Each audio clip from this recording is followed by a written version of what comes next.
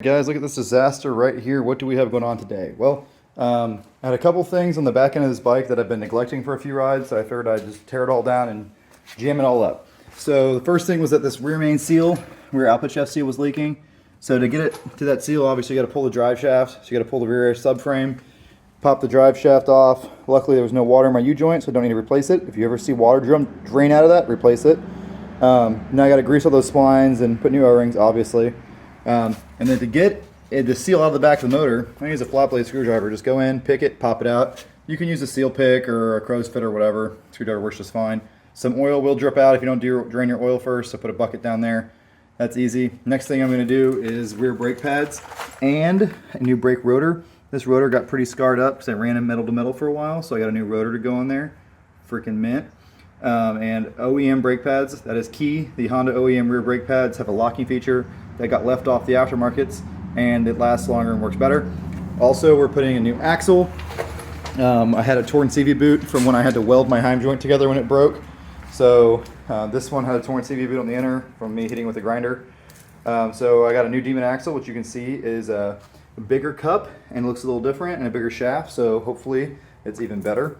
Demon did not tell me that it was different, but we'll see.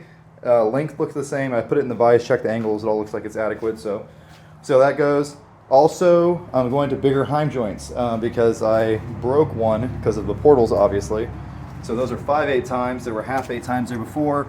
Obviously, to install a bigger heim, you got to do a little bit of machine work. There's a tap and there's a drill bit. So you got to go down in here, drill this out and tap it to accept the bigger heim. This is actually another set of arms I have. These aren't raked. They have the big heims in them already, so I'm stealing them from those arms. I'm going to order some more. Hopefully the spacers and everything work out. And changing the rear diff fluid because I had some water in there. You can actually see some milky shit on this vent. I need to check all my vent lines ever since the snorkel got ripped off. I haven't done that yet. So getting it all jammed up. You know, Hondas are very low maintenance, but it does pay if you mud ride like that. Pull this thing apart, re-torque down all the bolts, grease all the splines. Honda splines are sealed pretty good, except for the rear axle splines. They need constant greasing almost if you mud ride. Everything else is sealed with O-rings. These bolts over here tend to loosen up. They're your 2 carrier bolts on your diff. Always tighten those down. It will save you differential.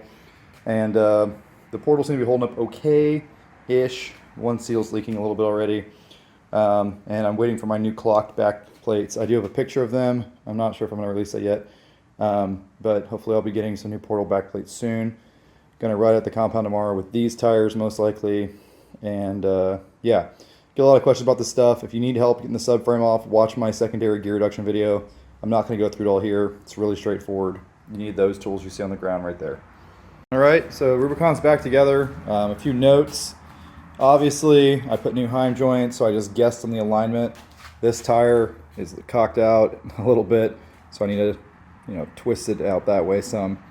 I usually align to have the top of the tire towed out anyways. It takes the stress off the outer joint, and then when it compresses, it has to line up a little better.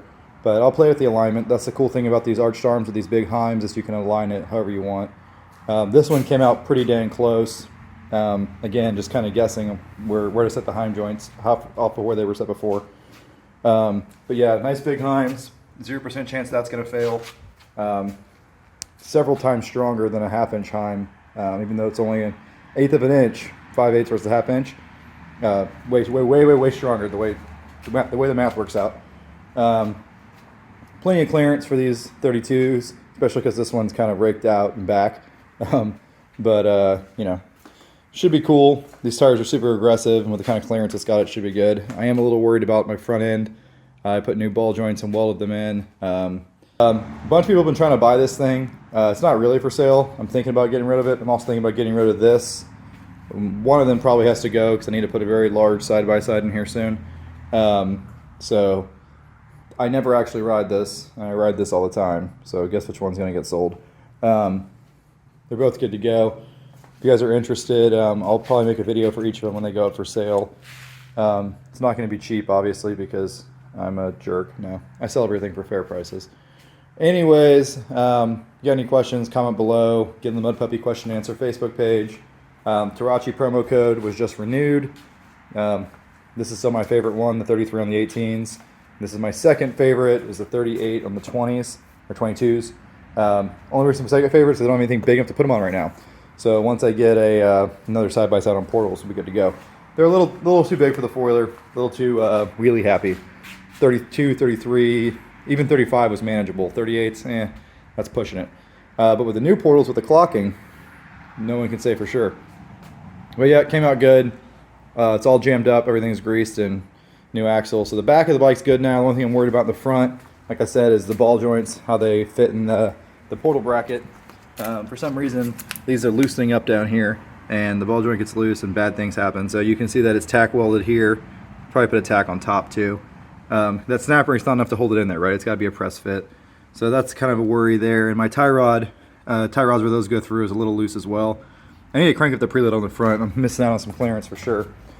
But it's jammed up now, and no more leaky back seal. It's pretty interesting, those seals in the back can leak, and you cannot get water in your oil. But if you have a leaking seal, you see some wetness around it, check your oil constantly. You don't want to take out a crankshaft because of a bad seal.